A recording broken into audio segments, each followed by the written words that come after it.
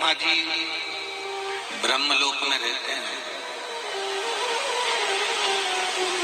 भगवान विष्णु वैकुंठ लोक में रहते हैं और मेरे देवादिदेव महादेव इस मृत्यु लोक में रहते हैं।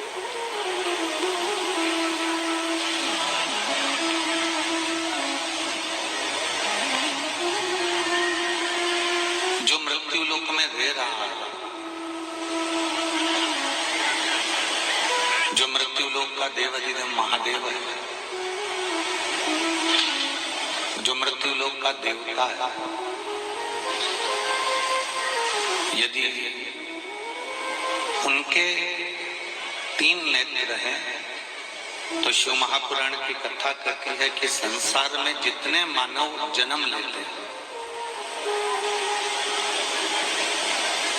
संसार सागर में जितने मनुष्य का जन्म हुआ है, संसार सागर में जितने मानवों का जन्म हुआ है, उनके भी 3 नेत्र।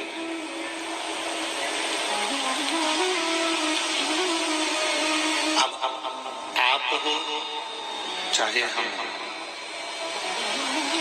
जितने इस मृत्यु लोक में मनुष्य जितने जन्म लेते हैं, मानव जितने जन्म लेते हैं, उनके 3 नेत्र हैं। एक नेत्र जिससे वो अपनी अच्छाई देख रहा है, दूसरा नेत्र जिससे वो अपने घर में रहने वाले, परिवार में रहने वाले व्यक्ति की अच्छाई देख रहा है,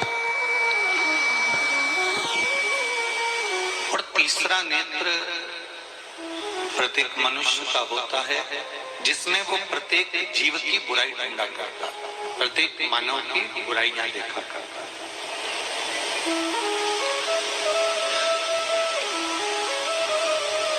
जैसे भगवान शिव का तीसरा नेत्र खुलता है और तीसरा नेत्र खुलने पर सब कुछ भस्म हो जाता है, सब कुछ नष्ट हो जाता है, सब कुछ समाप्त हो जाता है।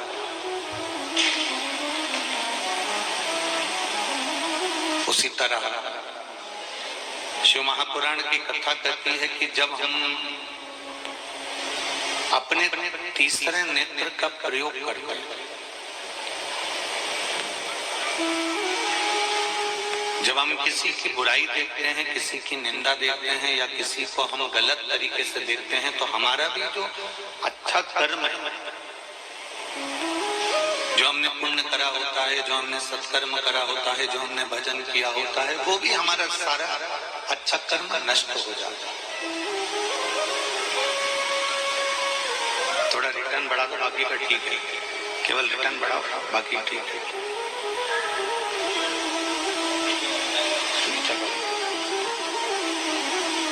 हमारा जो अच्छा कर्म है,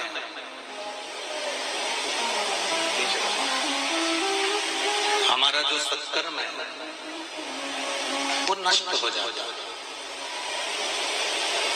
शिव महापुराण एक बात बहुत अच्छी कहती है, भगवान शंकर का चरित्र बहुत अच्छी एक बात कहता है कि आप अपनी जीवन में, आप अपनी जिंदगी में जितना अच्छा देख सकते हो उतना अच्छा देखिए।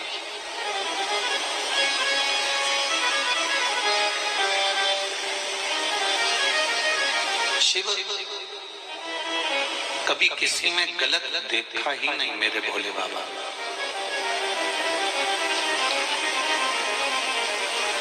लाखों की संख्या में आप लोग यहाँ आए हैं,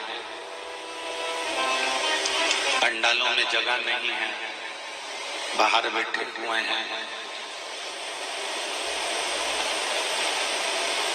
अपने भीतर एक बात उतार कर जाना कि हम जब भी देखें तो अच्छा देखने का प्रयास करें, हम जब भी देखें तो कुछ श्रेष्ठ देखने का प्रयास करें। बेस थोड़ा कम कर दो। हम जब भी देखें तो भगवान को अच्छा प्राप्त करने का हम प्रयास करें, और जब हम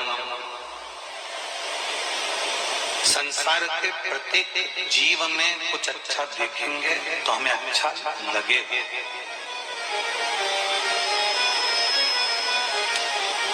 आज मनुष्य की बुद्धि कैसे हो गई?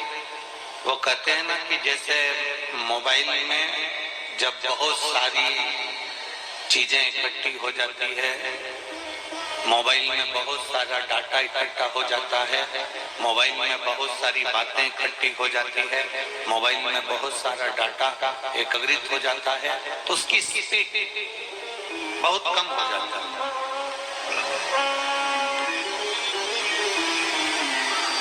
किस किस के पास मोबाइल है? उठाओ जरा हाथ। सबके पास है ना? रख लो।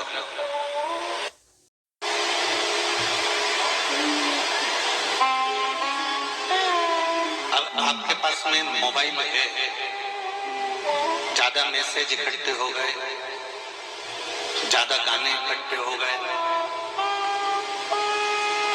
उसमें बहुत सारा डाटा तुमने इकट्ठा कर लिया, बहुत सारी बातें इकट्ठी कर ली, बहुत सारी सामग्री अगर तुमने उसमें एकत्रित कर ली, तुमने अगर बहुत सारी सामग्री उसमें एकत्रित कर ली, तो उसकी स्पीड बहुत कम हो जाएगी।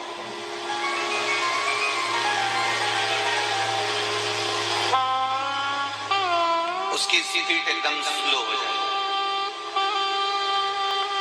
बस शिव महापुराण भी यही कह रहे हैं, भगवान शंकर का चरित्र भी यही कह रहा है, भगवान शिव का चरित्र भी यही कह रहा है।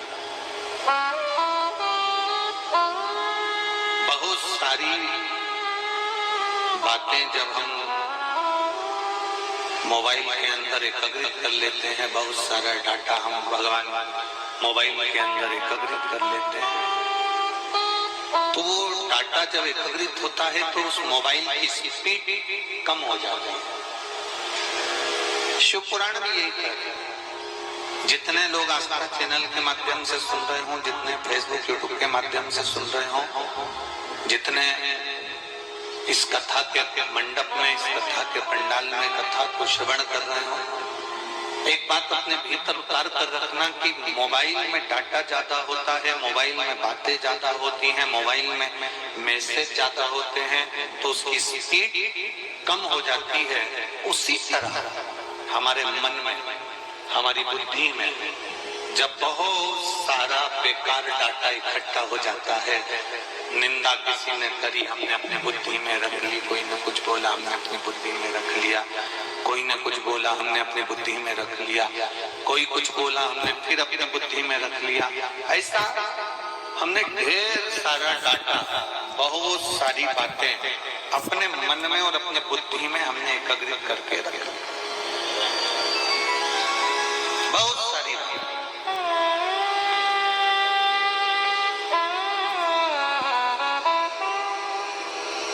अब जब बहुत सारी बातें, बहुत सारा डाटा हमने एकत्रित करके रख लिया, तो जैसे मोबाइल में डाटा ज्यादा हो जाता है, मोबाइल में मैसेज ज्यादा हो जाते हैं, मोबाइल में बहुत सारी बातें हो जाती हैं, बहुत सारे गाने, बहुत सारे वीडियोस हो जाते हैं, तो उसकी स्पीड कम हो जाती है। उसी तरह हमारे मन के अंदर भी काम, लोभ, आसक्ति, वासना, तृष्णा और ना जाने कितना कितना कितना कितना हमारे इस मन के अंदर, इस बुद्धि के अंदर, इस चित्त के अंदर ना जाने कितना कितना हम भर लेते हैं।